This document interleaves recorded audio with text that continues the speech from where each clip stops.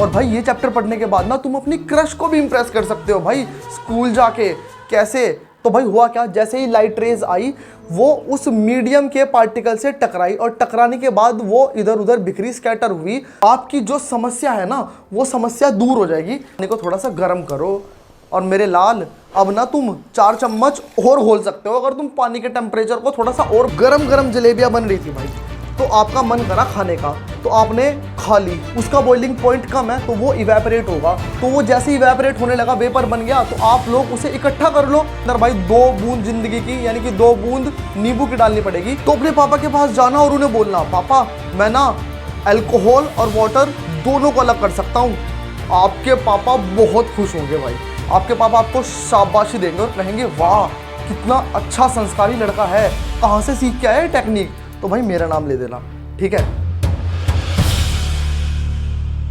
हाँ भाई 9th class के बच्चों, नई एनसीईआरटी की वीडियो ढूंढ रहे हो क्या? अरे यही मिलेगी भाई एक वीडियो तो ऑलरेडी डाल भी दी है बायोलॉजी के फर्स्ट चैप्टर की, और इस वीडियो में मैं आपको पढ़ाने वाला हूं केमिस्ट्री का first chapter, that is mixture and their separation. भाई बहुत ही बेहतरीन चैप्टर है, पढ़ने के बाद ना मजा आ जाएगा। ये चैप्टर ऐसा है ना, ये चैप्टर आपको कुछ पावर दे देगा। क्या पावर दे देगा? मतलब आप ना सबको इंप्रेस कर सकते हो अगर आपने ये चैप्टर मेरे से पढ़ लिया। कैसे इंप्रेस कर सकते हैं देखो, तो अपने पापा के पास जाना और उन्हें बोलना, पापा मैं ना अल्कोहल और वाटर दोनों को अलग कर सकता हूं। आपके पापा बहुत खुश होंगे भाई। आपके पापा आपको शाबाशी देंगे और कहेंगे वाह कितना अच्छा संस्कारी लड़का है, कहाँ से सीख के आया ये टेक्निक। तो भाई मेरा नाम ले देना, ठीक है? और भाई ये चैप्टर पढ़ने के बाद ना तुम अपनी क्रश को भी इंप्रेस कर सकते हो भाई स्कूल जाके। कैसे? भाई मैं सिखाऊंगा परफ्यूम बनाना तुम्हें, वो भी इस चैप्टर में। सुगंधित और बेहतरीन परफ्यूम फूलों का बना हुआ, वो भी घर बैठे बैठे तुम बना सकते हो और अपनी क्रश को इंप्रेस कर सकते हो। इतना ही नहीं, अभी और भी है, तुम अपने क्लासमेट को भी इंप्रेस कर सकते हो यार। कैसे? देखो उनके आगे हवाबाजी करने के लिए ना मैं तुम्हें एक ऐसी टेक्निक सिखाने वाला हूं जिससे तुम ब्लैक डॉट से इंद्रधनुष निकाल सकते हो। तुम्हारी अपने क्लासमेट के सामने भी हवाबाजी हो जाएगी। तो कौन बचा अब? मेरे हिसाब से अब बची है मम्मी। मम्मी को भी इंप्रेस कर सकते हैं। कैसे?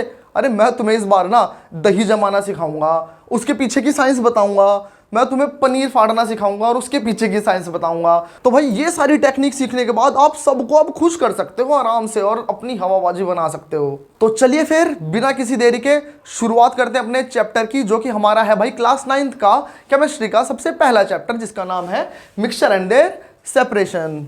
तो भाई सबसे पहले बात कर लेते हैं मिक्सचर की, जो कि हमारे चैप्टर का नाम भी है। क्या होता है मिक्सचर? यार कोई भी 2 या 2 से अधिक चीजें अगर मिक्स हो जाती हैं आसानी से तो उसे बोलते हैं मिक्सचर। जैसा कि आप लोग देख भी सकते हो 3D में इतनी बेहतरीन सी फोटो, इसके अंदर आप देखो कितने सारे पार्टिकल हमने मिक्स करके रखे हुए हैं। तो ये एक मिक्सचर है। मिक्सचर कुछ भी हो सकता है यार, ये लिक्विड के अंदर भी हो सकता है, ये सॉलिड के अंदर भी हो सकता है। सॉलिड सॉलिड भी आपस में मिक्स हो सकते हैं, लिक्विड लिक्विड भी, और गैस गैस भी आपस में मिक्स हो सकते हैं। तो मिक्सचर तो बड़ा ही ईजी है। डेफिनेशन की बात करें तो 2 or more substance when physically combined together they are called mixture.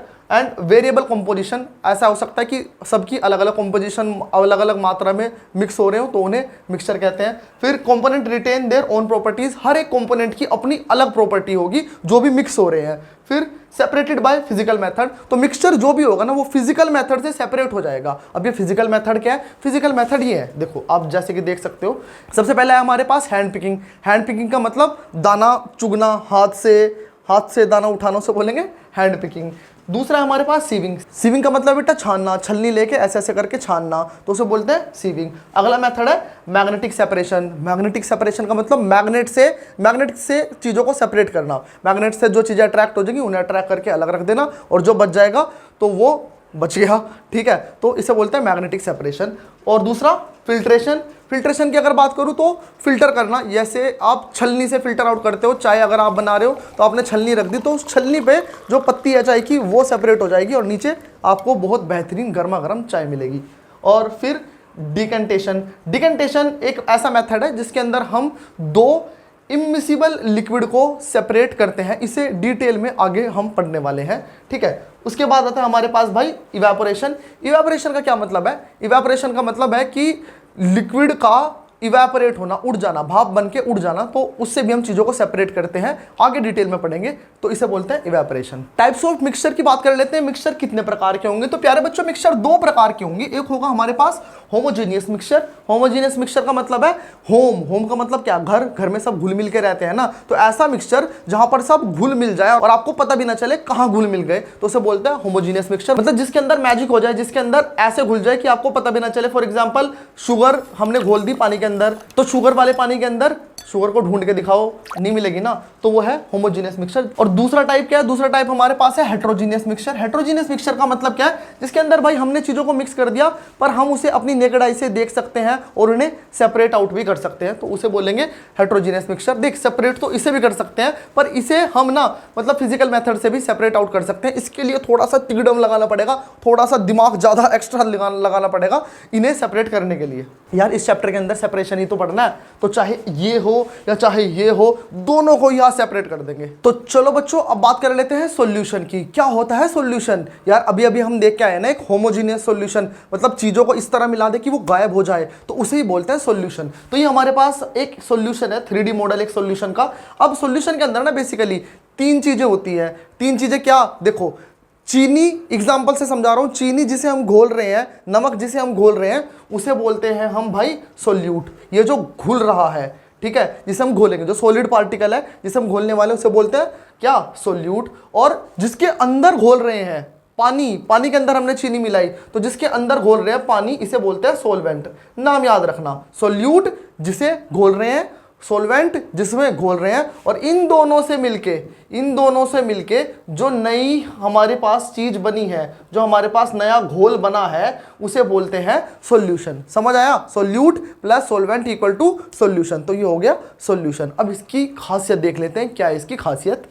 तो भाई जैसे कि मैंने आप लोगों को बताया, सॉल्यूशन क्या है? सॉल्यूशन एक होमोजेनियस मिक्सचर होता है। होमोजेनियस मिक्सचर का मतलब जिसमें चीजें ऐसे घुल जाती है कि पता ही ना चले, एक दूसरे से बिल्कुल मिल जाती हैं। और उसके बाद दूसरी प्रॉपर्टी मतलब इसके पार्ट, सोल्यूट जिसे हम घोलते हैं, सोलवेंट कहाँ गया?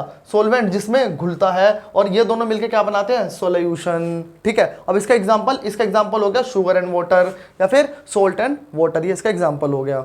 तो चलो अब बात कर लेते हैं कंसंट्रेशन ऑफ सॉल्यूशन। कंसंट्रेशन का मतलब है जो चीजें सॉल्यूशन के अंदर मिली हुई है, उन्हें हमें किस अमाउंट में डालना है, उसे बोलते हैं कंसंट्रेशन ऑफ सॉल्यूशन। तो उसका एक एग्जांपल है भाई, जो आप लोगों ने देखा भी होगा, हमारे मार्केट में बड़ी आसानी से अवेलेबल है, जिसे हम बोलते हैं ORS। ये देखो आप लोगों को दिख भी रहा है, ORS का मतलब है ओरल रिहाइड्रेशन सॉल्यूशन। सॉल्यूशन होता है, यहाँ पे सॉल्ट लिख दिया, एक ही बात है। चलो अब ये क्या है? ये ना सिंपल एक पानी के अंदर फिक्स अमाउंट के अंदर सॉल्ट और शुगर को मिला के एक ऐसा सॉलिड बना दिया है कि जिसे अगर आप पियोगे तो भाई आपकी जो समस्या है ना, वो समस्या दूर हो जाएगी।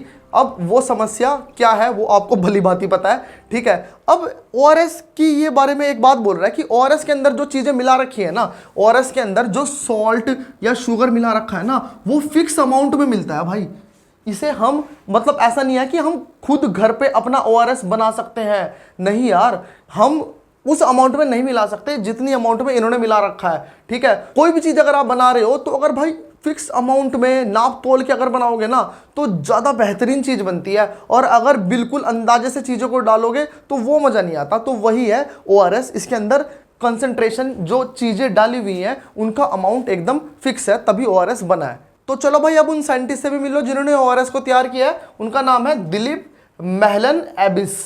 तो इन्होंने ORS को तैयार किया है, घर घर में ORS को इन्होंने ही पहुंचाया है, और इन्होंने ये बात बोली है कि जिस अमाउंट में मैंने मिक्स किया है ना, इसके अंदर चीज़ें तुम घर पे मिक्स करके से नहीं बना सकते, बाजार से मेरे से ही खरीदना पड़ेगा। ये चीज़ है कि हर शुगरी ड्रिंक ORS नहीं होती मेरे लाल।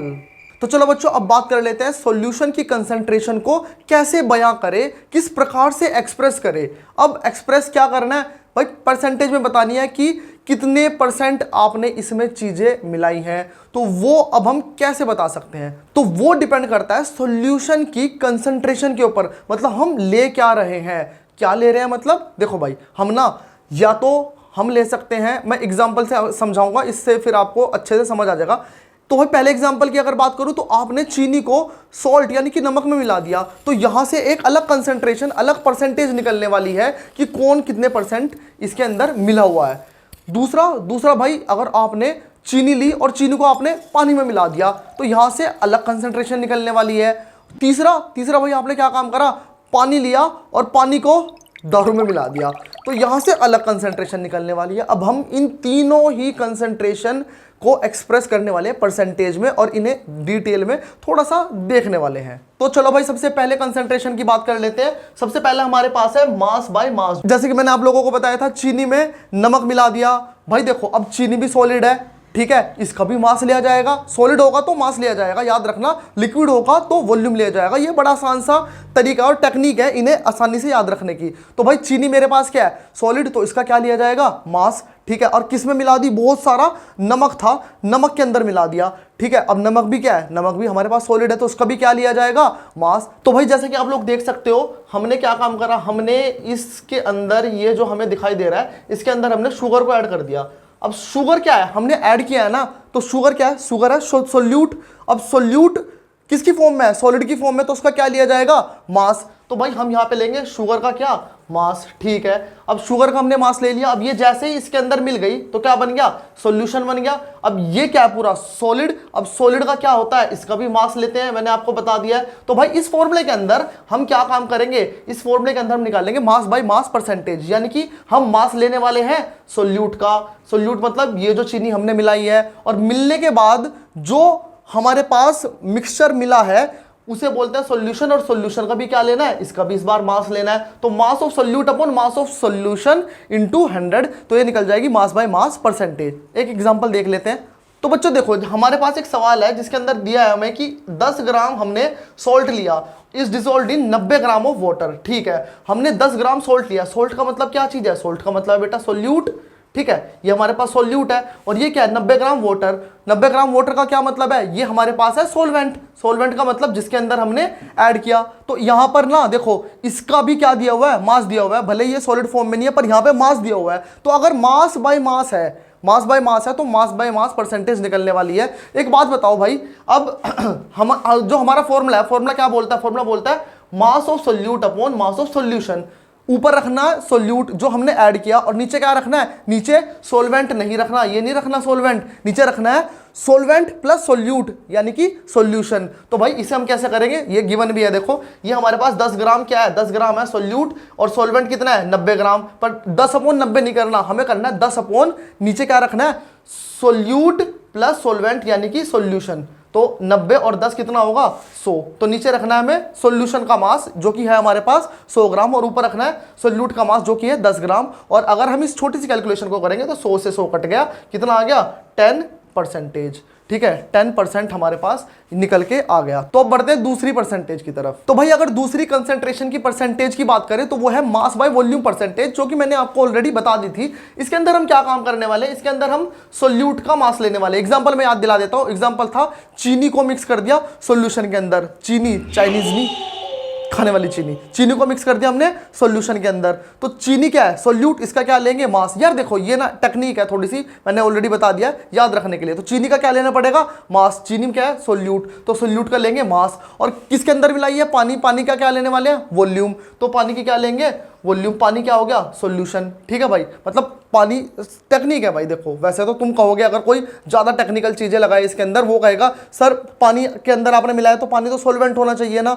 हाँ भाई वो सॉल्वेंट होना चाहिए, पर मैं सिर्फ इतनी बात बताना चाह रहा हूं, वो है मास बाय मास जो अभी पढ़ा, और ये है मास बाय वॉल्यूम, और आगे आने वाला वॉल्यूम बाय वॉल्यूम। तो सिर्फ एक एग्जांपल दिया है ताकि आपके माइंड में सेट हो जाए परसेंटेज किस प्रकार से निकालनी है। चलो अब देखें अगर इसे, तो भाई ऊपर लेना है मास ऑफ सोल्यूट और नीचे लेना है वॉल्यूम ऑफ सॉल्यूशन। एक एग्जांपल से हमें और डिटेल में अच्छे से समझ आ जाएगा। एग्जांपल देख लेते हैं। एग्जांपल में हमें गिवन है 5 gram of glucose, 5 gram of glucose जो कि हम ऐड करेंगे। तो ये क्या है, ये है सोल्यूट, और सोल्यूट का क्या गिवन है, मास गिवन है, ठीक है। ये हमने ऐड किया, is dissolved in water to make 100 ml of solution. लो इस बार ये जो 100 ml है ना, ये 100 ml सोलवेंट का जो वॉल्यूम है, सोलवेंट की वॉल्यूम नहीं है, ये किसकी है, ये सोल्यूशन की वॉल्यूम है। किसने बोल दिया कि 5 ग्राम ग्लूकोज को हमने पानी में मिलाया ताकि हमारा सोल्यूशन 100 ml का बन जाए। तो हमें जो चाहिए वो हमें गिवन है, mass of solute 5 gram given है, और इस बार वॉल्यूम ऑफ सोल्यूशन भी गिवन है, कितनी, 100 ml। तो हम डायरेक्टली से रख सकते हैं फॉर्मूले में, जैसे कि आप देख सकते हो 5/100 इंटू 100, और ये कट गया 100 से 100, कितना बन गया, ये बन गया 5% मास बाय वॉल्यूम। तो ये हमारा आ गया आंसर। अब बढ़ते हैं दूसरी कंसंट्रेशन बाय परसेंटेज की तरफ। तो चलो भाई तीसरी परसेंटेज की बात कर लेते हैं, जो कि मेरी फेवरेट भी है। पानी के अंदर क्या मिला दी? दारू, या फिर दारू के अंदर क्या मिला दिया? पानी। तो भाई अगर इसकी बात करें तो इसके अंदर हमें जो सोल्यूट जो हमने मिलाई है, ठीक है, पानी मिलाया है, तो पानी की भी क्या लेनी है? वॉल्यूम। किसमें मिलाई है? दारू के अंदर, तो दारू की भी क्या लेनी है? वॉल्यूम, ठीक है, क्योंकि दोनों लिक्विड लिक्विड है, तो इसे याद रखना वॉल्यूम वॉल्यूम चलेगी यहाँ पे। तो यहाँ पे volume of solute upon volume of solution into 100। Example हमारे पास गिवन है, अगर हमने 1 ml of liquid pesticide is mix with sufficient amount of water to form 100 ml of pesticide spray for the rice crop. मतलब 1 ml हमने pesticide मिलाया किसके अंदर? जो हमारे पास 100 ml पेस्टिसाइड स्प्रे है एक दवाई बनाने के लिए, तो हमने ऊपर से जो ऐड किया है वो सोल्यूट है, और उसकी वॉल्यूम कितनी है? 1 ml, और हमने कितना ml बनाया है? टोटल सॉल्यूशन उसे मिला के 100 ml। तो 100 ml क्या है? सॉल्यूशन की वॉल्यूम। तो भाई हमारे पास इसकी वॉल्यूम कितनी गिवन है? 1 ml, ठीक है, और इसकी कितनी गिवन है सॉल्यूशन की? इसकी गिवन है हमें ऑलरेडी कितनी? 100 ml। तो भाई यहाँ से इंटू 100 कर देंगे, 100 से 100 कट गया, तो आंसर आ गया 1%, जो कि आप लोग देख भी सकते हो। तो चलो भाई ये टॉपिक अगर समझ आ गया तो बढ़ते हैं दूसरे टॉपिक की तरफ। तो चलो बच्चों अब बात कर लेते हैं एक नए टॉपिक की, जिसका नाम है सोल्युबिलिटी। अब सोल्युबिलिटी का क्या मतलब है? सोल्युबिलिटी का मतलब है कितना अमाउंट ऑफ सोल्यूट हम किसी भी फिक्स सॉल्वेंट के अंदर घोल सकते हैं, डाल सकते हैं, उसे बोलते हैं सोल्युबिलिटी। तो अंग्रेजी में क्या कहेंगे इसे? अंग्रेजी में कहेंगे solubility is the maximum amount of solute that dissolve in fixed quantity of solvent at a given temperature। हाँ एक और मेन बात, at given temperature, मतलब हमें टेम्परेचर के साथ छेड़खानी नहीं करनी भाई। मतलब देखो एक सरल सा एग्जांपल देता हूँ इसका। आपको क्या करना है? पानी लेना है और पानी के अंदर चीनी लानी है, चीनी का 1 चम्मच लेना और घोलना है, ठीक है। तो क्या अब उसके अंदर इतनी चीनी घुल सकती है जितनी आपने घोली? क्योंकि वो सारी क्या हो गई? वहाँ से ओझल होगी तुम्हारी आंखों के सामने से, वो अंदर मिक्स हो गई। नहीं, 1 और चम्मच आ सकती है, तो घोल दो भाई। कितनी घोल सकते हो? 1 2 3 4, चलो भाई 4 या 5 6 घोल सकते हो बस, इससे ज़्यादा तो नहीं घुलेगी। इससे ज़्यादा तो तुम ट्राई करके देख लेना, वो घुलेगी नहीं, वो वहीं के वहीं फ्लोट करती रहेगी सॉलिड की फॉर्म में। तो ये अब वो जो चीनी है, अब वो उस फिक्स टेम्परेचर पे ना उतनी ही घुल सकती है, तो वो क्या है? वो है उसकी सोल्यूबिलिटी। समझ आया? और अंग्रेजी में भी यही बोल रहा है, solubility is maximum amount of solute, मतलब ज्यादा से ज्यादा solute that dissolve in fix quantity of सोल्वेंट, जो कि एक फिक्स क्वांटिटी ऑफ सोल्वेंट के अंदर घुल सकता है बिना टेम्परेचर को चेंज करे, मतलब उसी टेम्परेचर पर। ठीक है भाई। अच्छा सर ये क्यों लिखा हुआ है एट अ गिवन टेम्परेचर? ऐसा क्यों लिखा हुआ है? टेम्परेचर को हम क्यों फिक्स रखेंगे? क्या होगा अगर हम टेम्परेचर को कम या ज़्यादा करेंगे? बेटा सोल्यूबिलिटी में फ़र्क पड़ जाएगा। मतलब देखो अगर उसी एग्जांपल की बात करूं, 4 हमने चम्मच चीनी के घोल दिए थे ना, तो एक काम करो, अब ना उस पानी को थोड़ा सा गर्म करो, और मेरे लाल अब ना तुम 4 चम्मच और घोल सकते हो अगर तुम पानी के टेम्परेचर को थोड़ा सा और बढ़ाओगे। यही है फिर सोल्यूबिलिटी को बढ़ाने का तरीका। टेम्परेचर बढ़ने से सोल्यूबिलिटी को हम बढ़ा सकते हैं। पर ऐसा हुआ क्यों यार कि टेम्परेचर बढ़ाने से अब और ज़्यादा चीनी घुल गई है? यार देखो इसका एक लॉजिक है। लॉजिक क्या है? जैसे हमने टेम्परेचर बढ़ाया ना पानी का, अब उसके अंदर काइनेटिक एनर्जी आ गई, उसके जो मॉलिक्यूल है ना, जो एटम्स है, वो वाइब्रेट करने लगे हैं ना। पहले तो वो फिक्स थे, जब हम टेम्परेचर को इंक्रीज करते हैं सोल्यूबिलिटी बढ़ती है। अब कैसे? देखो अब जैसे हमने टेम्परेचर को इंक्रीज किया तो जो अंदर एटम्स है, एटम्स क्या करते हैं? एटम्स भाई वाइब्रेट करने लगते हैं, ठीक है। अब वो जैसे ही वाइब्रेट करते हैं तो वो और स्पेस बना लेते हैं कि अब और सॉल्यूट के पार्टिकल आराम से आ सके। पहले तो वो ठस होके बैठ गए, अब ठस होके बैठ गए, उन्होंने मना कर दिया हम और किसी सॉल्यूट के पार्टिकल को नहीं ऐड कर सकते भाई। लेकिन जैसे ही आपने टेम्परेचर बढ़ा दिया, अब हॉट हो गया ना जिसके ऊपर वो बैठे थे, तो वो डांस करने लगे। अब वो डांस करने लगे तो और जगह मिली शुगर के पार्टिकल को, सॉल्यूट के पार्टिकल को आने की। तो ये कारण है कि टेम्परेचर बढ़ने के कारण हम और भी सॉल्यूट के पार्टिकल्स को ऐड कर सकते हैं। तो बच्चों जो मैंने आपको ये बात बताई है ना, ये सॉलिड को अगर हम लिक्विड में घोलेंगे ना तब ये बात वैलिड है। मतलब सॉलिड को अगर हम लिक्विड में घोल रहे हैं प्यारे बच्चों, तो अगर हम टेम्परेचर को बढ़ाएंगे, देखो टेम्परेचर बढ़ रहा है, तो अगर हम टेम्परेचर को बढ़ाएंगे तो सोल्यूबिलिटी भी बढ़ेगी। हम ज्यादा सोल्यूट को क्या कर सकते हैं? मिला सकते हैं। मैंने बिल्कुल डिटेल में एक्सप्लेन कर दिया। लेकिन अगर हम उल्टा क्या करें? हम गैस को सॉलिड में घोले। अगर हम गैस को सॉलिड में घोलेंगे ना तो टेम्परेचर बढ़ाने से सोल्यूबिलिटी कम हो जाएगी। अब ऐसा क्यों होगा? देखो याद तो रखना है, थोड़ा सा अपोजिट है। अब होगा क्यों, उसका कारण देख लेते हैं। देखो भाई इसका कारण तो पहले एक एग्जांपल देखते हैं। एग्जांपल है इसका, सपोज आप लोगों ने एक ठंडी कोल्ड ड्रिंक ली और एक गर्म कोल्ड ड्रिंक ली, तो कभी ना ये चीज़ ऑब्जर्व करके देखना, जो ठंडी कोल्ड ड्रिंक अगर आप खोलोगे ना तो उसके अंदर से बबल्स जो जैसे खोलोगे तो वो गैस जो बबल निकलती है ना कार्बन डाइऑक्साइड, वो धीरे धीरे आराम से निकलेगी ठंडी कोल्ड ड्रिंक में से। और वहीं अगर कोई गर्म कोल्ड ड्रिंक होगी ना बाहर धूप में रखी हुई, उसे खोलना भाई साहब एकदम ऐसे आवाज आएगी और उस कोल्ड ड्रिंक में से एयर जो है वो बड़ी ही मतलब तेजी से निकलेगी। अब ये तो एक हो गया एक्सपेरिमेंट या फिर एक एग्जांपल जिससे आप रिलेट कर सकते हो। अब ऐसा होता क्यों है, इसके पीछे का कारण क्या है? देखो भाई, इसके पीछे का कारण ये है कि हम जैसे ही किसी सोलवेंट को क्या करते हैं, हीट करते हैं, टेम्परेचर बढ़ाते हैं, तो उसके अंदर अगर गैस ट्रैप है, उसके अंदर जो गैस ट्रैप है, अब वो क्या करेगा, देखो जैसे हमने टेम्परेचर को बढ़ाया अब उसके पार्टिकल वाइब्रेट करने लगेंगे और उनके अंदर गैस ट्रैप है। इस बार अब गैस ट्रैप है तो यार गैस तो ऊपर की तरफ जाएगी ना, निकलेगी ना। अब वो क्या काम कर रहे हैं, ठीक है, वो हिला रहे हैं, अब हिला रहे हैं। अब तुम्हारे पास गुब्बारे हैं और तुम ऐसे ऐसे हिल रहे हो, अब गुब्बारे तुमने ऐसे फंसा रखे थे अपने पास, तो जैसे जैसे तुम हिलने लगोगे तो गुब्बारे ऊपर उड़ने लगेंगे, ऊपर तैरने लगेंगे। तो यही कारण है कि अगर हम टेम्परेचर को बढ़ा देते हैं तो गैस के जितने पार्टिकल है ना वो रिलीज होने लगते हैं। और इसका एक और रियल लाइफ एग्जांपल मुझे याद आया कि जैसे कोई पोंड है, तालाब है ना, तो सर्दियों में तो बड़ी सारी मछलियां उसके अंदर आराम से स्विमिंग करती है, लेकिन जैसे गर्मी आ जाती है ना तो गर्मियों से टेम्परेचर बढ़ता है तो जो उसके अंदर डिजोल्व ऑक्सीजन है ना वो भाई बाहर निकलने लगती है। तो मछलियों के लिए, बेचारियों के लिए ना बहुत दिक्कत बन जाती है अंदर सांस लेने के लिए, ठीक है। तो गर्मियों में ना तुम जाके हवा भरो पोंड में, ठीक है। चलो अब चलते हैं आगे। तो चलो बच्चों अब बात कर लेते हैं method of separation of homogeneous solution, मतलब कि जो सॉल्यूशन आराम से घुल जाते हैं उन्हें हम कैसे सेपरेट करेंगे, क्योंकि मेन टेक्निक तो उन्हें ही सेपरेट करने में लगेगी ना बेटा। तो चलो पहली टेक्निक की बात कर लेते हैं। पहली टेक्निक होमोजेनियस सॉल्यूशन को सेपरेट करने की हमारे पास है क्रिस्टलाइजेशन। जी हाँ, बड़ी ही बेहतरीन सी टेक्निक है। अब इस टेक्निक की बात करूँ ना तो थोड़ी सी पिछले टॉपिक से रिलेटेड है। पिछले टॉपिक में हमने भाई सोल्यूबिलिटी के बारे में पढ़ा था और हमने ये भी पढ़ा था कि हम सोल्यूबिलिटी को बढ़ा कैसे सकते हैं। अब सोल्यूबिलिटी को बढ़ाने का तरीका था कि हम उसका टेम्परेचर इंक्रीज कर दे। तो भाई अगर हम टेम्परेचर को इंक्रीज करेंगे ना तो उस फिनोमिना का एक नाम है, उसे बोलते हैं हम सैचुरेशन। और अगर सॉल्यूशन की बात करें तो सैचुरेटेड सॉल्यूशन। सैचुरेटेड सॉल्यूशन क्या होगा कि जिसका अगर हम टेम्परेचर बढ़ा के और अधिक सोल्यूट को ऐड कर दे। तो भाई अगर मैं उस सैचुरेटेड सॉल्यूशन की बात करूं ना तो अब ना उसके साथ एक बड़ा ही अच्छा तिगड़म होने वाला है। क्या तिगड़म होने वाला है, देखो इसे भी एग्जांपल से एक्सप्लेन करता हूं। आप बाजार में गए और जैसे आप बाजार में जा रहे थे आपकी नज़र पड़ी गरम गरम जलेबियां बन रही थी भाई, तो आपका मन करा खाने का, तो आपने खा ली पेट भर के, फिर कुछ बच गई तो आपने पैक करा ली। अब पैक कराने के बाद आपने जाके उन्हें फ्रिज में रख दिया। भाई अगले दिन आपको भूख लगी और आपको याद आया अरे जलेबी रखी हुई है फ्रिज में, तो आपने वो जलेबी निकाली फ्रिज में से और आपने अब वो जलेबी पैकेट में से निकाल के प्लेट में डाली। तो आपने एक चीज़ ऑब्जर्व करी होगी, या कर लेना अगर नहीं करा, उन जलेबी के ऊपर ना परत जम गई होगी उस शुगर की जिस शुगर में वो डुबो रखी थी भाई। अब ऐसा क्यों हुआ? जिन बच्चों ने ऐसा होता हुआ देखा है ना वो मेरी इस बात से रिलेट करेंगे भी। तो इसे क्या बोलते हैं, इसे बोलते हैं हम भाई क्रिस्टलाइजेशन, जो कि हमारा टॉपिक है।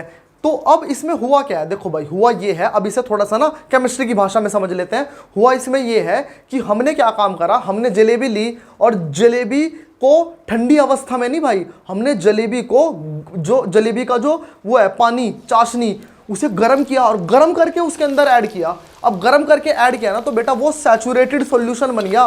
सैचुरेटेड सॉल्यूशन का मतलब नॉर्मल, अगर हम उसे ठंडा करके करते ना तो नॉर्मल ही वो मिठास आ पाती, लेकिन हमें तो भाई साहब मतलब कस कस के बिल्कुल मतलब अधिक से अधिक मीठी करके उस जलेबी को खाना है ना, तो वो गर्म किया गया, चाशनी वो गर्म की गई और वो उसके अंदर भर दी गई, तो वो जलेबी बन गई सैचुरेटेड सॉल्यूशन। और जैसे ही आप उसे घर पे लेके गए थे और आपने उसे फ्रिज के अंदर रखा था तो वो सैचुरेटेड सॉल्यूशन कूल डाउन हो गया। अब कूल डाउन होने के बाद जब भी सैचुरेटेड सॉल्यूशन को हम कूल डाउन करेंगे तब उसके ऊपर क्रिस्टल फॉर्म हो जाते हैं, इसे बोलते हैं क्रिस्टलाइजेशन। जैसा कि भाई आप लोग मेरे पीछे देख भी सकते हो, ये हमारे पास एक मस्त सा सैचुरेटेड सॉल्यूशन है जो हमने क्या काम करा, 60 डिग्री पे गर्म किया, ठीक है, और 60 डिग्री पे गर्म किया तो उसके अंदर और सोल्यूट ऐड कर दिया, बिल्कुल, तो ये क्या बन गया, सैचुरेटेड सॉल्यूशन बन गया। हमने फिर क्या किया, इसे कूल किया, ठंडा किया, ठंडा ठंडा कूल कूल। तो जैसे हम इसे ठंडा ठंडा कूल कूल करेंगे ना तो यहाँ पर क्या फॉर्म हो गए, जैसे कि आप देख सकते हो प्यारे बच्चों, ये देखो क्रिस्टल फॉर्म हो गए।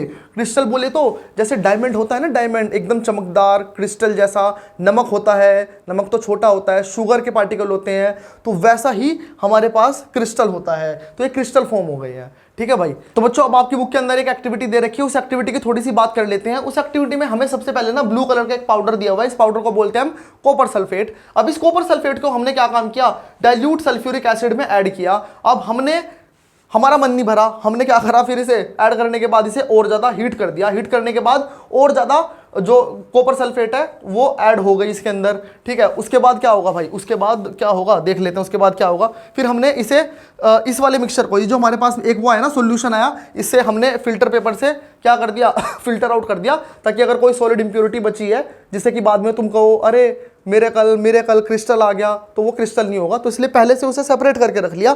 अब हमने क्या काम किया, इसे लिया और इसे ठंडा कर दिया। अब जैसे इसे ठंडा कूल किया, इसके ऊपर डायमंड्स बन गए। तो ये डायमंड है ब्लू कलर के। हाँ, अब ये डायमंड बन जाते हैं असली में, तो इसे मतलब रियल डायमंड मत समझ लेना।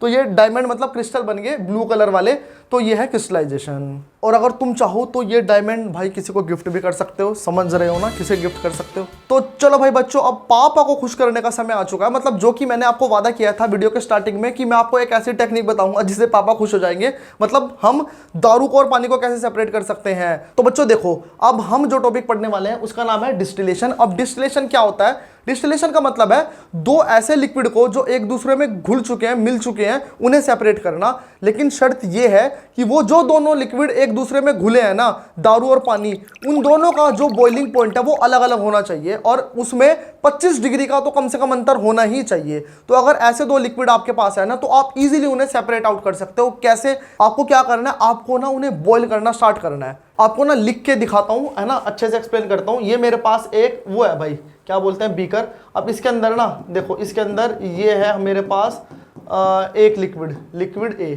ठीक है, या फिर इसे बोलो दारू, ये है दारू। और भाई ये मेरे पास क्या है, ये मेरे पास जो अब येलो वाला दिख रहा है ना, ये येलो वाला, ठीक है, मैं आपको दिखा रहा हूँ, वैसे दिखते नहीं है। तो ये है येलो वाला है पानी, ये क्या है, पानी, ठीक है। और ये जो रेड वाला है, रेड वाला क्या है, दारू। अब देखो, पानी और दारू दोनों हमने मिक्स कर दिए। अब जनरली क्या होता है, जो दारू होता है ना, दारू भाई, दारू का जो बॉइलिंग पॉइंट है वो होता है कम, वो कम होता है। और पानी की बात करूं, पानी का जो बॉइलिंग पॉइंट है वो होता है ज्यादा, ठीक है। अब आपने इस मिक्सचर में आग लगा दी, ठीक है, आग लगाओ दारू के अंदर, खत्म करो इसे। तो आपने इस मिक्सचर के अंदर आग लगा दी, तो अब क्या होगा, जैसे आप आग लगाओगे इसके अंदर, तो टेम्परेचर धीरे धीरे बढ़ेगा, 10, 15, 20, 25। तो भाई टेम्परेचर जब उतना होगा, देखो टेम्परेचर धीरे धीरे बढ़ रहा है ना, तो सबसे पहले कौन मरेगा, सबसे पहले दारू मरेगी, दारू उड़ेगी, क्योंकि दारू की मौत आ चुकी है, दारू का अंत आ चुका है। अब उस सबसे पहले इसका टेम्परेचर आएगा ना, इसका टेम्परेचर कम है, बॉइलिंग पॉइंट, इसका बॉइलिंग पॉइंट आएगा, इसका बॉइलिंग पॉइंट कम है, तो ये इवेपोरेट होना स्टार्ट हो जाएगी। अब देखो, अब ये इवेपोरेट हो रही है, तो ये सारी की सारी, ये सारे पार्टिकल, जितने भी दारू के पार्टिकल है ना, ये सारे यहाँ से खत्म होना स्टार्ट होंगे, ये यहाँ से उड़ना स्टार्ट करेंगे। अब ये यहाँ से उड़ गए, तो बचे किसके पार्टिकल, बचे हमारे पास वाटर के पार्टिकल। अब इन्हें कैसे हम मतलब रिटेन कैसे कर सकते हैं, उड़ गए हवा में यार दारू सारी की सारी, मतलब इतनी महंगी शराब चली गई। तो देखो भाई, इसे हम ऐसे मतलब सुरक्षित रख सकते हैं। वो वेपर जब बन रहा होगा ना, तो ऊपर क्या काम करो, ऊपर अपना मुंह लगा लो, तुम्हारे मुंह में चली जाएगी। नहीं, ऊपर क्या काम करना है, ऊपर कुछ ऐसा सेटअप लगाना है कि वो उससे टकराए और वो नीचे चले जाए और वो सारी एक बिल्कुल ट्रांसपेरेंट ग्लास में जाम वापस इकट्ठा हो जाए, ठीक है। वेपर जा रहे हैं, टकरा रहे हैं सॉलिड पार्टिकल से और वापस वहाँ पे इकट्ठा हो जाएंगे। तो भाई वो हमने टेम्परेचर के डिफरेंस के कारण हमने अब जो हमारे लिक्विड है वो सेपरेट आउट कर लिए। तो ये टेक्निक है कि आप अपने पापा को खुश कर सकते हो दारू और वाटर को सेपरेट करके। तो जैसे कि अब आप लोग इस 3D वाली पिक्चर में देख सकते हो, हमने क्या काम किया, हमने दो लिक्विड को इसके अंदर मिला दिया और हमने भाई बॉईल करना स्टार्ट किया। तो जैसे हमने बॉईल किया, तो जिसका टेम्परेचर कम है, बॉइलिंग पॉइंट कम है, वो जल्दी इवेपोरेट होगा और वो भाप बन गया। वो भाप बनी और वो इधर से ऐसा आया और यहाँ से वो ठंडा होना स्टार्ट हुआ। ठंडा हुआ तो हमने उसे कूल डाउन कर दिया। कूल डाउन करने के बाद वो हमें ऐसे मिल गया, जाम हमारा यहाँ पे इकट्ठा हो गया। और भाई जैसे ही वो टेम्परेचर आगे बढ़ा तो हमें पता लग गया हमारा जो लिक्विड था वो तो सारा का सारा हमें मिल चुका है, प्राप्त हो चुका है, हमने बंद कर दिया। अब यहाँ पे हमें दूसरे वाला लिक्विड मिलेगा जिसका बॉइलिंग पॉइंट ज़्यादा था। तो ये एक डिस्टिलेशन का प्रोसेस है। और भाई इसी डिस्टिलेशन के प्रोसेस के ना मतलब कुछ एग्जाम्पल भी है, रियल लाइफ एग्जाम्पल है कि जो हमारे पास ना क्रूड ऑयल हमें जो मिलता है, ठीक है, उसके अंदर बहुत सारी चीज़ें होती हैं, वो अलग अलग चीज़ें हम सेपरेट आउट कर सकते हैं क्योंकि उन सब का जो बॉइलिंग पॉइंट है वो अलग अलग है। तो वो भी डिस्टिलेशन से ही सेपरेट आउट कर सकते हैं, जिसे हम बोलते हैं फ्रैक्शनल डिस्टिलेशन। डिस्टिलेशन। अब फ्रैक्शनल डिस्टिलेशन क्यों बोलते हैं इसे, क्योंकि यहाँ पे ना जो बॉइलिंग पॉइंट का अंतर है वो 25 डिग्री सेल्सियस नहीं है, इतना ज़्यादा नहीं है, बड़ा ही कम होता है। तो बड़ी ही मतलब सावधानी से ये हमें सेपरेट आउट करने होते हैं। और हाँ भाई, मैंने आपको एक चीज़ और बताई थी कि आप लोग अपनी क्रश को भी इंप्रेस कर सकते हो, तो यस, वो भी डिस्टिलेशन से। कैसे? देखो भाई, इसका एक एग्जांपल एनसीईआरटी में भी दे रखा है। एक जगह है यूपी के अंदर, कन्नौज, वहां पर ना फूलों के परफ्यूम बनाए जाते हैं। कैसे बनाए जाते हैं परफ्यूम? देखो भाई, बड़ा ही आसान तरीका है। आपको क्या काम करना है, आपको पानी के अंदर ना रोज की बहुत सारी पेटल लेनी है और वो मिक्स कर लेनी है। तो उसके बाद आपको क्या काम करना है, मिक्स करने के बाद आपको उसे बॉईल करना स्टार्ट करना है। तो सबसे पहले क्या इवेपोरेट होगा, तो सबसे पहले भाई जो वो सुगंधित पानी है ना, उसका बॉइलिंग पॉइंट कम है, तो वो इवेपोरेट होगा। तो वो जैसे इवेपोरेट होने लगा, वेपर बन गया, तो आप लोग उसे इकट्ठा कर लो और उसी इकट्ठे करे हुए पानी को हम बोलते हैं सुगंधित पानी, यानी कि रोज से बना है तो रोज वाटर, तो वो बन गया भाई रोज वाटर। और उसे थोड़ा सा परफ्यूम में तब्दील कर दो, स्प्रे में तब्दील कर दोगे, तो भाई वो बन गया तुम्हारा सुगंधित परफ्यूम, जिससे कि आप लोग अपनी क्रश को इंप्रेस कर सकते हो। उसे बोल सकते हो, देखो भाई मैंने खुद का अपना परफ्यूम बनाया है। और एक और इंटरेस्टिंग बात बता देता हूं इसके बारे में, जो मिट्टी की खुशबू होती है ना, जो सभी लोगों को बड़ी अच्छी लगती है, कन्नौज में ना इसे भी प्रिजर्व किया जाता है। इस खुशबू को भी उन लोगों ने भाई परफ्यूम में बना के रख दिया। जो भी बच्चा कन्नौज का है या आसपास का है जानता है ना, तो मेरे लिए एक परफ्यूम जरूर लेके आना भाई। तो चलो बढ़ते हैं नेक्स्ट टॉपिक पे। तो चलो भाई, अब समय आ चुका है अपने दोस्तों के आगे हवाबाजी करने का, यानी कि जो मैंने वीडियो के स्टार्टिंग में बोला था कि आप लोग अपने दोस्तों के आगे अपना ऑरा प्लस प्लस कर सकते हो, उस चीज का समय आ चुका है। वो मैंने एक्टिविटी आपको बताई थी। तो चलो भाई, अब उस एक्टिविटी की बात कर लेते हैं जो कि आपका ऑरा प्लस प्लस करने वाली है। आप लोगों को ना एक पतले वाला पेपर लेना है। उस पतले वाले पेपर के ऊपर आपको ब्लैक मार्कर से ना एक डॉट बना देना है। फिर आपको उस पेपर को ना पानी के अंदर डिप करना है। आप ऑब्जर्व करोगे वो इंक पानी में डिप करने के कारण रंग बिरंगी होने लगी है और उसमें से रंग बिरंगे कलर निकलने लगे हैं। अब ऐसा हुआ क्यों, तो भाई पढ़ लेते हैं उसके लिए अपना नया टॉपिक, जिसका नाम है पेपर क्रोमेटोग्राफी। ये बड़ा ही मतलब टेक्निकल और ऐसा प्रोसेस है जिससे हम बड़ी ही टेक्निकल चीज़ें कर सकते हैं, जैसे कि मैंने आपको एक एग्जांपल दे भी दिया। तो चलो अब थोड़ा डिटेल में चलते हैं। अगर मैं बात करूं सबसे पहले भाई क्रोमेटोग्राफी की, तो ये दो शब्द से मिलकर बना है, क्रोमो और ग्राफीन। क्रोमो का मतलब होता है कलर और ग्राफीन का मतलब होता है राइट, मतलब कि कलर से लिखना। मतलब हम यहाँ पर कलर के साथ खेलने वाले हैं। एक्चुअली में होता क्या, जो मैंने आपको एग्जाम्पल दिया था, ये जो ब्लैक कलर है ना, ब्लैक कलर के अंदर ना भाई कई सारे कलर होते हैं मिक्स। तो जैसे मैंने इसे पानी के अंदर थोड़ा सा डिप किया, तो भाई कैपिलरी एक्शन के कारण ना सॉल्वेंट ऊपर की तरफ बढ़ने लगता है। कैपिलरी एक्शन क्या होता है भाई, ये वही प्रोसेस है जिससे कि जो पेड़ों और पौधों में पानी ऊपर की तरफ जाता है। तो इसी प्रोसेस के कारण ये सॉल्वेंट है ना, ये भी ऊपर की तरफ जाएगा। और ये जैसे ऊपर की तरफ जाएगा ना, ब्लैक इंक के अंदर, जैसे कि मैंने आपको बताया, उसके अंदर कई सारे कलर है, तो अलग अलग कलर की ना स्पीड अलग अलग है पानी के साथ जाने की। तो वो अलग अलग स्पीड से पानी के साथ हो लेंगे। तो रेड इधर निकल लिया, येलो इधर निकल लिया, ब्लू इधर निकल लिया। तो इससे हम कलर सेपरेट कर सकते हैं और इसे ही कहते हैं पेपर क्रोमेटोग्राफी। आशा करता हूं समझ आ गया होगा। अब इसे थोड़ा और डिटेल में देख लेते हैं। तो जैसा कि भाई हम अंग्रेजी में पढ़ सकते हैं, सॉल्वेंट यानी कि water rises up by the paper और बाय कैपिलरी एक्शन, जो कि मैंने आपको ऑलरेडी बता दिया है। और क्योंकि ब्लैक इंक के अंदर कई सारे रंग होते हैं और हर रंग का अपना अलग स्पीड होती है और उनकी अलग अट्रैक्शन है पेपर के साथ, तो वो अलग अलग स्पीड से बढ़ती है और निकलती है। They move at different speed and get separated. तो वही चीज जो मैंने आपको एक्सप्लेन किया है, थोड़ी सी अंग्रेजी में लिख दी है। और भाई इसी चीज को आप यहाँ मेरे पीछे 3D में देख सकते हो। तो ये हमने एक और इसके लिए ना जो पतला पेपर की मैं बात कर रहा था, उसे बोलते हैं हम क्रोमेटोग्राफिक पेपर। तो ये हमने ले लिया, यहाँ पे एक इंक का स्पॉट बना दिया ब्लैक मार्कर से। फिर उसके बाद हमने वॉच ग्लास लिया, वॉच ग्लास, और पानी के अंदर डिप किया।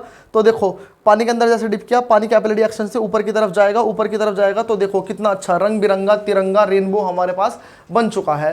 तो ये है भाई हमारे पास छोटा सा बढ़िया सा नन्ना सा मुन्ना सा टॉपिक। बढ़ते हैं अगले टॉपिक की तरफ। तो चलो भाई अब बात कर लेते हैं उन लिक्विड की जो एक दूसरे में घुल नहीं पाते, उन्हें कैसे सेपरेट करेंगे। तो उन्हें तो सेपरेट करने का बड़ा ही आसान सा तरीका है। तो जैसा कि आप लोग मेरे पीछे 3D में आराम से बढ़िया से देख सकते हो, ये हमारे पास एक सेटअप बना रखा है हमने। तो हमने नीचे लिया वाटर ऑफ इंडिया और हमने ऊपर लिया मस्टर्ड ऑयल ऑफ चाइना, ठीक है। अब ये हमने ले लिए। अब एक बात बताओ, ये एक दूसरे में घुल तो नहीं पाएंगे। वो जो ऑयल है, ऑयल की डेंसिटी कम है, वो ऊपर आराम से तैरेगा, और जो वाटर है, वाटर की डेंसिटी ज़्यादा है, तो वो नीचे रहेगा, दब के रहेगा। तो अब एक बात बताओ, ये दोनों सेपरेट आउट है, ठीक है, अलग अलग है, तो इन्हें सेपरेट करना है। यार एक बात बताऊँ, ये मेथड आप लोग यूज करते हो, तो जैसे आप लोग बाहर से कोई सब्जी लेके आए हो, तो उस सब्जी के अंदर अगर ज़्यादा तेल है तो उसे कैसे सेपरेट करोगे? उसे नॉर्मल सी बात है, उसे ऐसे पकड़ोगे है ना कटोरे को, और उसे ऐसे ऐसे करोगे, ऐसे ऐसे करोगे, और तेल को नीचे गिरा दोगे, और जब सब्जी गिरने वाली होगी आप उसे ऐसे कर लोगे।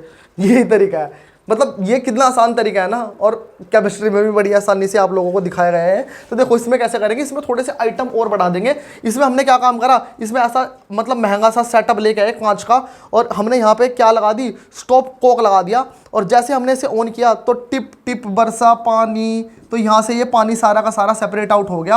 और जब बारी आने वाली होगी इसकी, और ये लेयर धीरे धीरे जैसे नीचे आएगी, अब ये यहाँ आ गया ना, यहाँ ये ऑयल यहाँ पे आ गया, अब ये ऑयल यहाँ पे आ गया, हम इसे क्या काम कर देंगे, बंद कर देंगे, एक बूंद भी नहीं जाने देंगे तेल की अपने पानी के अंदर। तो हमने क्या काम किया, पानी को सेपरेट कर दिया। अब इसी कारण ना देखो, अब तुम देखो ऊपर से कितना बड़ा है और नीचे से कितना छोटा है, यही कारण है, ताकि नीचे से छोटा इसलिए कर दिया ताकि एक बूंद भी नहीं जा पाए बेटा। तो ये हमारे पास जो तरीका है ये बड़ा ही बेहतरीन तरीका है। ठीक है, चलो इसके बारे में हम लोगों ने पढ़ लिया, ये सब इसके बारे में डिटेल दी हुई है कैसे हम सेपरेट कर सकते हैं। तो बढ़ते हैं अब नेक्स्ट टॉपिक पर। अच्छा, क्या होगा अगर हमारे पास सॉलिड और सॉलिड आ जाए और वो दोनों मिल जाए, ऐसे मिल जाए कि हम उन्हें अलग ही ना कर पाए? कैसे अलग करेंगे? एग्जाम्पल देता हूं। एग्जाम्पल, मेरे पास सैंड और उसके अंदर आपने मिक्स कर दिया कैम्फर, कैम्फर का मतलब है कपूर। अब आपने बिल्कुल ऐसे मिक्स कर दिया कि वो अलग ही नहीं हो पा रहा है। आप कैसे अलग करेंगे? तो भाई देखो, उसमें भी आग लगा दो सबसे पहले। तो भाई जैसे हम उसके अंदर आग लगाएंगे तो जो हमारा रणबीर कपूर है वो क्या होगा, सब्लिमाइज हो जाएगा, मतलब वो सॉलिड से वेपर में बदल जाएगा। और वो जैसे ही हवा में उड़ने लगेगा तो रणबीर कपूर को पकड़ लेंगे ताकि वो आसमान में ना चला जाए। और जैसे उसे हम ट्रैप कर लेंगे, ट्रैप करने के बाद हमारे पास वो जो कपूर है वो अलग हो गया, और यहाँ क्या बचा यार, सैंड थोड़ी उड़ जाएगी। ठीक है, दीपिका पादुकोण थोड़ी उड़ेगी, रणबीर कपूर उड़ गया, लेकिन दीपिका पादुकोण नहीं उड़ेगी, मतलब कि सैंड हमारा वहीं के वहीं रहेगा। और ये जो हमारा रणबीर कपूर है ये उड़ गया, और उड़ने से बचाने के लिए हमने यहाँ पे क्या लगाया, यहाँ पे हमने ना कॉटन की प्लग लगाई है, जैसे कि आप लोग इसमें देख सकते हो, कितनी अच्छे से दिखाई दे रहा है ना, नीचे आग भी लगा दी हमने। तो प्यारे बच्चों, इसी मेथड को हम बोलते हैं सब्लिमेशन मेथड। इस मेथड के अंदर हमारे पास एक ऐसा कंपोनेंट होता है सॉलिड के अंदर, जिसे कि हम अगर थोड़ी सी आग लगाएंगे तो वो सॉलिड से डायरेक्ट किस में कन्वर्ट हो जाएगा, वो वेपर में कन्वर्ट हो जाएगा, जैसे कि अनिल कपूर और जैसे कि ड्राई आइस। तो ये इसके एग्जांपल है। तो अगर ऐसा कोई प्रोडक्ट हमारा मिक्स हो चुका है तो हम उसे इजीली सेपरेट आउट कर सकते हैं। तो जैसे हमारे पास सॉलिड में कैम्फर हमारे पास है, ठीक है, और हमने क्या काम किया, इसे हीट दी, हीट देने के बाद ये वेपर में कन्वर्ट हो गया। तो जैसे हमने इसे ठंडा किया तो ये वापस सॉलिड में हमारा हमें मतलब मिल चुका है, डिपॉजिट हो चुका है, तो इसे बोलते हैं डिपोजिशन। तो चलो भाई, अब इसके बाद अब हम देखने वाले हैं एक अपना बढ़िया सा टॉपिक जिसे हम बोलते हैं अलॉय। क्या होता है अलॉय? तो देखो बेटा, जब भी हम किसी दो मेटल को मिक्स करेंगे ना तो हमारे पास जो नया मेटल बनेगा उसे हम बोलेंगे अलॉय। अलॉय का मतलब क्या है, मिक्सिंग ऑफ टू मेटल। अब मेटल आपस में ऐसे तो मिक्स होने के नहीं कि यहाँ से लोहा पकड़ा, यहाँ से चांदी पकड़ा और ऐसे ऐसे किया और वो मिक्स हो गए, नहीं भाई, उन्हें हीट करना पड़ेगा और उन्हें लिक्विड फॉर्म में लेके आना पड़ेगा। और जब वो लिक्विड फॉर्म में आ जाएंगे तब हम उन्हें मिक्स कर देंगे। तो ये जो मिक्स होने के बाद नया मेटल हमें मिलने वाला है उसे हम बोलेंगे अलॉय। अलॉय हम बनाते क्यों है? अलॉय हम इसलिए बनाते हैं ताकि एक मेटल की शक्ति दूसरे मेटल की शक्ति और दोनों की शक्तियां मिक्स होकर एक नया मेटल मिले जिसकी शक्ति अपरंपार हो। ऐसा मेटल बनाने के लिए हमें अलॉय बनाना पड़ता है। तो जैसे कि बच्चों हम यहाँ पर कुछ एग्जांपल देख सकते हैं अलॉय के। तो देखो बच्चों, अगर मैं बात करूं कुछ कॉमन अलॉय की, तो हमारे पास पहला जो अलॉय है वो है हमारे पास ब्रास। ब्रास कैसे बनता है? अगर हम 80% कॉपर को 20% जिंक के साथ मिक्स करेंगे। ये बात याद रखना यार, मैंने स्टार्टिंग में बता दिया था कि इस चैप्टर के अंदर हम जो चीज मिक्स करके बना रहे हैं ना उसके अंदर हम कंसंट्रेशन को फिक्स रखते हैं। अगर फिक्स नहीं रखेंगे ना तो गड़बड़ हो जाएगी भाई, तब कोई दूसरी चीज बन जाएगी। जैसे ORS के केस में देखा था ना, उसमें फिक्स कंसंट्रेशन चाहिए थी तभी जाके ORS बनता था। तो यहाँ पर भी अगर हम फिक्स कंसंट्रेशन रखेंगे 80% कॉपर और 20% जिंक तो हमें मिलने वाला है ब्रास। और अगर हमें ब्रोंज बनाना है तो ब्रोंज बनाने के लिए हमें क्या काम करना पड़ेगा भाई, 80% कॉपर के साथ 20% टिन को मेल्ट करके मिलाना पड़ेगा, तब हमें क्या मिलेगा, ब्रोंज मिलेगा। और अगर बात करूं भाई स्टेनलेस स्टील की, इसका मतलब क्या, ये एक ऐसा स्टील माना जाता है कि इसमें जंग नहीं लगता जल्दी से। तो ये बनाने के लिए हमें क्या करना पड़ेगा, ये बनाने के लिए देखो इसकी कंपोजिशन, आयरन और कार्बन 0.03 से 0.8%, क्रोमियम को हमें ऐड करना पड़ेगा 16 से 18% के बीच में, निकल को ऐड करना पड़ेगा 10 से 14% के बीच में, और मोलिबेडिनम को ऐड करना पड़ेगा 2 से 3%, तब जाके हमें ना स्टेनलेस स्टील मिल पाएगा। तो ये क्या है, ये एक अलॉय है। समझ आया अलॉय का काम? तो चलो बच्चों, अब केमिस्ट्री बहुत पढ़ ली, अब एक गेम के बारे में थोड़ा सा देख लेते हैं। एक गेम है जिसके अंदर ना गोल गोल घूमते हैं। महाराष्ट्र में इसे बोलते हैं फुगाड़ी और पंजाब में इसे बोलते हैं किकली। इसके अंदर लड़कियां ऐसे, जैसे कि इस फोटो के अंदर आपको दिखाई दे रही हैं, ऐसे एक दूसरे का हाथ पकड़ती हैं और ऐसे गोल गोल घूमती है। तो अब हम एक ऐसा मेथड देखने वाले हैं जिसके अंदर चीज़ें गोल गोल घूमेगी। क्या समझ रहे थे? केमिस्ट्री नहीं पढ़ेंगे? अबे केमिस्ट्री ही पढ़नी है 12वीं तक, अगर पीसीएम लोगे तो भाई देखो, अब इसी मेथड की बात करने वाले हैं जिसके अंदर चीज़ें गोल गोल घूमने वाली हैं। और इस मेथड का नाम क्या है? इस मेथड का नाम है सेंट्रीफ्यूगेशन मेथड। तो अगर सेंट्रीफ्यूगेशन मेथड की बात करूं तो इसके अंदर हम क्या काम करने वाले हैं, हम ना सॉल्यूशन को बड़ी ही जोर से घुमाने वाले हैं। अब जोर से घुमाने पे क्या होगा, तो जो हैवियर पार्टिकल होंगे ना बेटा, वो बाहर की तरफ निकलेंगे, वो बाहर की तरफ इकट्ठा हो जाएंगे, और जो लाइटर पार्टिकल होंगे वो इधर की तरफ रहेंगे जहां से हम उसे घुमा रहे हैं। तो इस मेथड को बोलते हैं सेंट्रीफ्यूगेशन मेथड। और भाई इस मेथड से ना ब्लड के अंदर हम डिसीज को डिटेक्ट कर सकते हैं। मतलब अगर किसी को मलेरिया वगैरह या कोई भी बीमारी हुई है तो उसके ब्लड के अंदर फॉरेन मटेरियल आ जाएंगे। तो ब्लड का जब सैंपल लिया जाता है और वो इकट्ठा कर लिया तो उसे ना एक कुछ इस टाइप की मशीन में रखा जाता है, ऐसी वाली मशीन में। इस मशीन के अंदर सैंपल रख दिया और इसे बंद करने के बाद ना इसे बड़ी तेजी से घुमाया जाता है। और तेजी से घुमाने के बाद क्या होता है, तेजी से घुमाने के बाद अगर उसके अंदर कोई फॉरेन पार्टिकल्स है, हैवियर पार्टिकल्स है, वो सेपरेट आउट हो जाएंगे। फिर जब हम उन्हें टेस्ट करेंगे हमें पता लग जाएगा, हाँ भाई इसके अंदर ये सेपरेट आउटेड जो पार्टिकल है वो कोई फॉरेन पार्टिकल है, मतलब किसी वायरस या बैक्टीरिया के कारण वो इस ब्लड के अंदर आए हैं। तो ये टेस्ट करके ना हम बीमारियों को पता कर सकते हैं। इसके अंदर एक चीज लिखी हुई है कि भाई जैसे ना मतलब गाँव के अंदर ये ऑटोमेटिक मशीन नहीं मिलती, तो वहां पर हम इसे ना मतलब हाथ से घुमाते हैं। रिमोट एरियाज के अंदर, विलेजेस के अंदर ब्लड का चेकअप करने के लिए हम इसे मैनुअली घुमाते हैं। तो ये बात एनसीईआरटी के अंदर लिखी हुई है, आपकी जानकारी के लिए भी जरूरी है, आपको भी पता होना चाहिए। तो चलो बच्चों, अब बात कर लेते हैं अपने नेक्स्ट टॉपिक की, जो कि है सस्पेंशन। सस्पेंशन क्या होता है? देखो बेटा, सस्पेंशन समझने से पहले ना मैं आपको एक डायग्राम बना के दिखाने वाला हूं। हमारे पास ना 3 पार्टिकल है, ठीक है? 3 पार्टिकल मतलब 3 हमारे पास एक बीकर है। सबसे पहले बीकर में हमने लिया, भाई कहाँ जा रहा है, सबसे पहले बीकर में हमने लिया वाटर प्लस शुगर। दूसरे में हमने लिया मिल्क, और तीसरे में हमने लिया भाई मड इन वाटर। मड का मतलब पता है ना, मिट्टी। तीसरे में हमने ली पानी में मिट्टी। अब देखो अंतर देखो, अगर इसके अंदर अगर मैं बात करूं, मैंने चीनी को पानी के अंदर घोल दिया तो हमें क्या मिलेगा, हमें ना एक ट्रांसपेरेंट सा सॉल्यूशन मिलने वाला है। ऐसा सॉल्यूशन जिसमें मैं आर पार देख सकता हूं, ठीक है? इसकी अगर बात करूं तो एक मुझे सॉल्यूशन मिलेगा, इसके अंदर भी पार्टिकल पूरी तरह घुल चुके हैं जैसे इसके अंदर घुले हैं, ठीक है भाई? इन्हें भी मैं सेपरेट आउट नहीं कर सकता, मतलब नॉर्मली। यहां अगर मैं बात करूं तो ये तो ट्रांसपेरेंट है, ये थोड़े से ट्रांसलूसेंट है। ट्रांसलूसेंट समझते हो, जहां आर पार आसानी से नहीं देखा जा सके। तो ये कुछ वैसा मुझे सॉल्यूशन मिल गया। और अगर मैं बात करूं, अगर मैंने मड ली वाटर के अंदर, मतलब मिट्टी वाला पानी लिया, तो भाई ये हमारे पास होगा एक ओपेक टाइप का सॉल्यूशन। और इसे मैं आराम से मिट्टी के पार्टिकल को आराम से सेपरेट आउट कर भी सकता हूं फिल्ट्रेशन से। एक बात बताओ, मैं ये 3 क्या चीज पढ़ा रहा हूं, क्या चीज बता रहा हूं? टॉपिक तो मेरा सॉल्यूशन है। देखो भाई, सॉल्यूशन को पढ़ने से पहले, क्योंकि नई एनसीईआरटी है यार, इसके अंदर इन्होंने टॉपिक अपने हिसाब से डाल दिया है, पर भाई मैं थोड़ा सा आपको डिटेल बता देता हूं ताकि आपको ये टॉपिक अच्छे से समझ आ जाए, सस्पेंशन और इससे अगले वाला टॉपिक भी। तो पहले थोड़ी सी कैटेगराइज कर लेते हैं। देखो बेटा, ये जो 3 टाइप के हमारे पास सॉल्यूशन है ना, पहले वाला जो सॉल्यूशन है इसे हम बोलते हैं, इसे सॉल्यूशन ही बोलते हैं, इसे बोलते हैं सॉल्यूशन, ठीक है भाई? इसे बोलते हैं कोलोइड, और भाई इसे बोलते हैं हम सस्पेंशन, ठीक है? नाम याद रखना, ये वाला जिसमें हम आर पार देख सकते हैं बिल्कुल आसानी से, चीनी वाला पानी, इसे बोलते हैं सॉल्यूशन। और ये दूध वाला पानी मतलब दूध को हम बोलते हैं कोलोइड। और ये जो हमारे पास है मिट्टी का पानी, इसे बोलते हैं सस्पेंशन। अब अंतर तुम्हें अपने आप ही थोड़ा सा समझ आ रहा होगा। इसके अंदर जो पार्टिकल है सॉल्यूट के, वो पूरी तरह मिक्स हो चुके हैं, इसके अंदर पार्टिकल मिक्स हो चुके हैं, पर भाई वो मतलब एक ट्रांसलूसेंट फॉर्म के अंदर है, मतलब इतनी अच्छी तरह मिक्स नहीं हुए जैसे उसमें मिक्स हुए हैं। इतने छोटे भी नहीं है पार्टिकल जितने इसमें छोटे छोटे से थे पार्टिकल। लेकिन अगर इसकी बात करूं तो इसके अंदर पार्टिकल इससे भी बड़े हैं और इससे भी बड़े हैं। किसके अंदर? सस्पेंशन के अंदर, ठीक है? तो ये इन तीनों के बीच में डिफरेंस है। तो अभी हम देखने वाले हैं अपना टॉपिक सस्पेंशन, इसके बाद देखने वाले हैं हम कोलोइड। तो सस्पेंशन की अगर मैं बात करूं प्यारे बच्चों, सस्पेंशन एक ऐसा हेट्रोजीनियस मिक्सचर है जिसके अंदर सॉलिड के particle do not dissolve but remain suspended in liquid. इसका मतलब कि सस्पेंशन एक ऐसा हेट्रोजीनियस मिक्सचर है भाई जिसके अंदर सॉलिड के जो पार्टिकल है वो घुलते नहीं हैं बल्कि सस्पेंडेड रहते हैं उसी लिक्विड के अंदर, वहीं पर मतलब मौजूद रहते हैं। जैसे कि हमारे पास एग्जांपल होगा ये मड वाटर, मिट्टी का पानी, ठीक है भाई। और अगर इसके अन्य एग्जांपल की बात करें तो अन्य एग्जांपल वही हो गया मिट्टी का पानी, टी लीव्स का पानी, मिट्टी का पानी, ठीक है। तो अब भाई देख लेते हैं इस मिट्टी के पानी को यानी कि इस सस्पेंशन को सेपरेट आउट कैसे करते हैं। तो सेपरेट आउट करने का बड़ा ही आसान सा तरीका है, मिट्टी का पानी लो और उसे ना थोड़ी देर के लिए उसके हालात पे ही छोड़ दो।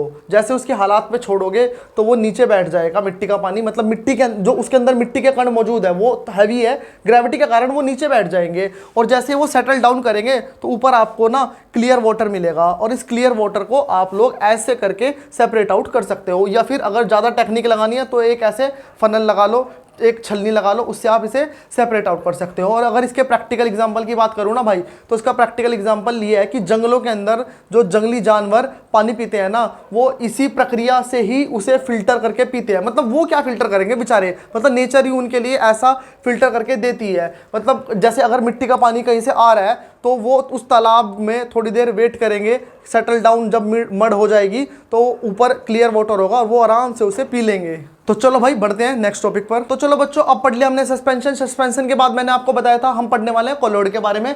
तो कोलॉइड क्या होता है भाई? तो कोलॉइड एक ऐसे पार्टिकल होंगे जैसे कि हमने देखा जो सॉल्यूशन और सस्पेंशन के बीच के रहने वाले हैं। मतलब इनका जो सोल्यूट पार्टिकल का साइज होगा वो सॉल्यूशन से तो बड़ा होगा और भाई सस्पेंशन से छोटा होगा। तो वही हम देख सकते हैं जैसे कि यहाँ पे लिखा हुआ है नाइदर सॉल्यूशन नॉर सस्पेंशन, ना ये सॉल्यूशन है ना ये सस्पेंशन है, ये बीच के हैं। अब अगर इसकी दूसरी बात करें तो यूनिफॉर्मली डिस्पर्स पार्टिकल, इनके जो पार्टिकल है वो यूनिफॉर्मली डिस्पर्स रहेंगे। जैसे कि मैंने एग्जांपल ऑलरेडी दे दिया था भाई, दूध, मिल्कमैन।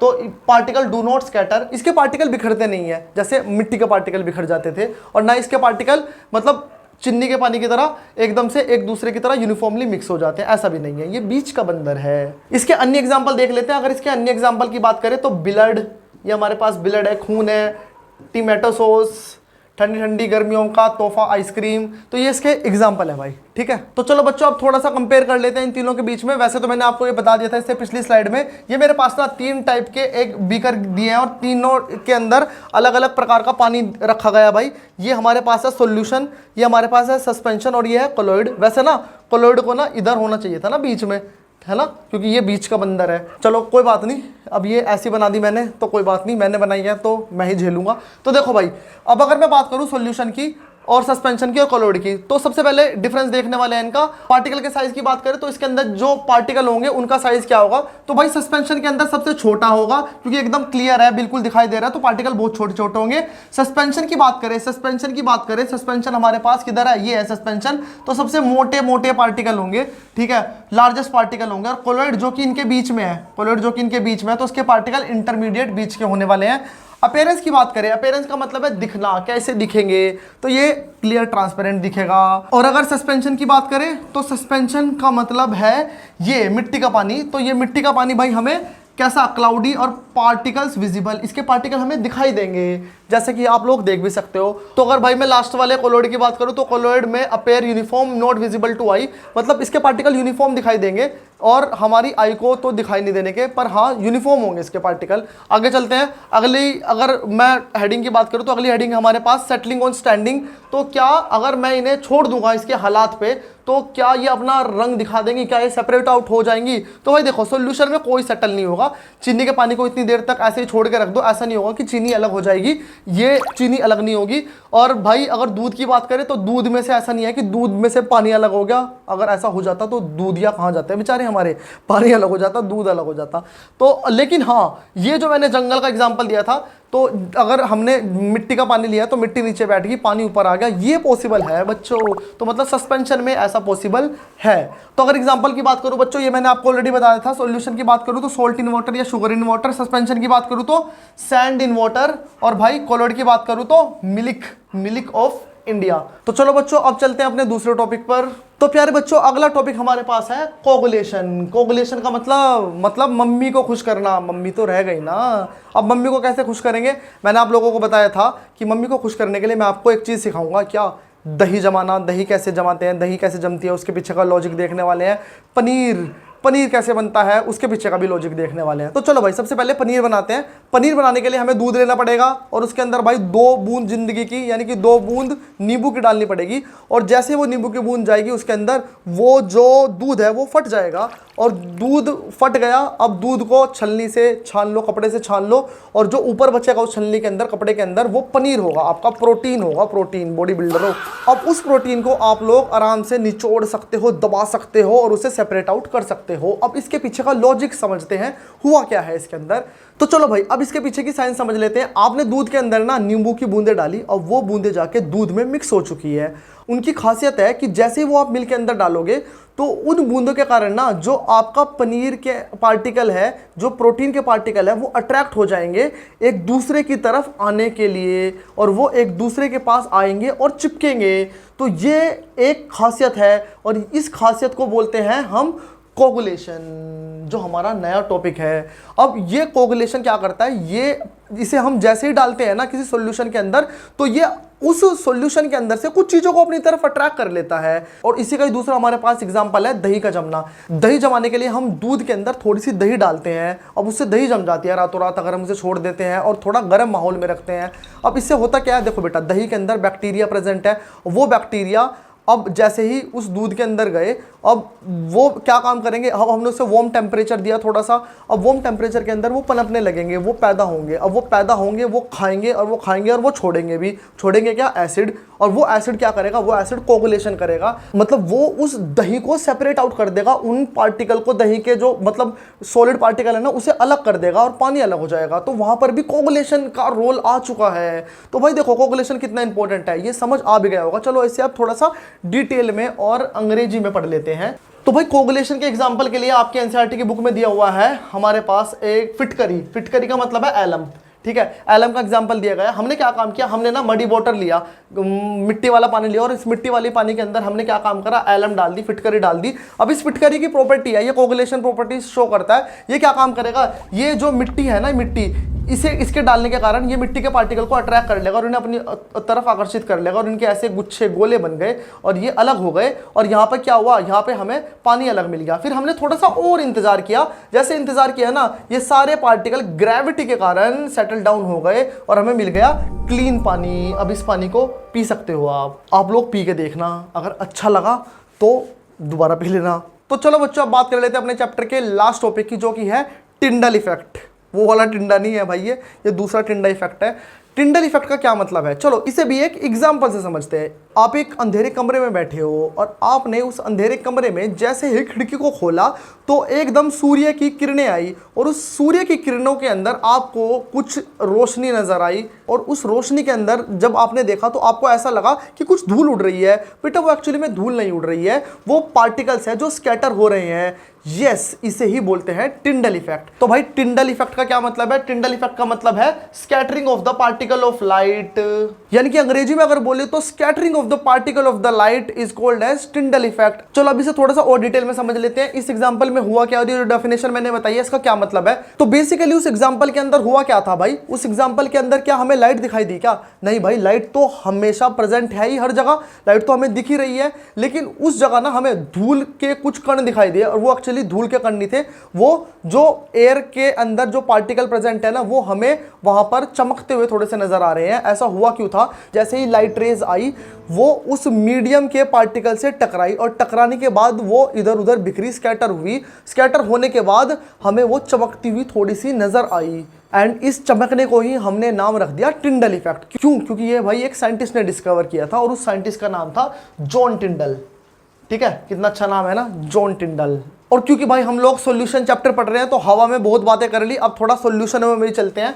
तो भाई हमने क्या काम करा, हमने एक लेजर बीम ली और हमने इसे एक सॉल्यूशन के अंदर दे के मारा। अब सॉल्यूशन क्या, बिल्कुल क्लियर है, अब इसके पार्टिकल बिल्कुल ही छोटे छोटे हैं, तो लाइट रेज आराम से इसके अंदर से चली जाएगी। और अगर हमने इसकी जगह ले लिया कोलॉइड, अब कोलॉइड के अंदर क्या है भाई, कोलॉइड के पार्टिकल थोड़े से मोटे हैं, तो लाइट क्या होगी, टकराएगी इसके पार्टिकल से और स्कैटर हो जाएगी, बिखर जाएगी। जैसे कि मैंने आपको एयर का भी एग्जांपल दिया था, लाइट आती थी और मीडियम के पार्टिकल से टकरा के बिखर जाती थी, जिसे हम बोलते थे टिंडल इफेक्ट। तो भाई फिर मैं यहाँ पे एक चीज बोल सकता हूँ कि अगर हम सॉल्यूशन में से लाइट रे को मारेंगे तो बीम नॉट विजिबल, बीम नहीं दिखाई देगी। और भाई अगर हम कोलॉइड में से बीम को दे के मारेंगे तो बीम हमें दिखाई देगी, पार्टिकल हमें थोड़े स्कैटर बिखरते हुए टिंडल इफेक्ट हमें दिखाई देगा। तो भाई जैसा कि आप लोग देख सकते हो 3D के अंदर बिल्कुल बेहतरीन तरीके से ये कुछ एग्जाम्पल हमें गिवन है। तो देखो जैसे अगर हमारे पास सॉल्यूशन होगा तो लाइट पाथ नॉट विजिबल, ठीक है, क्योंकि ये बिल्कुल क्लियर है, कोई स्कैटरिंग वैटरिंग नहीं होगी इसके अंदर। सबसे ज्यादा स्कैटरिंग किसके अंदर होगी? सस्पेंशन के अंदर, मोटे मोटे पार्टिकल है।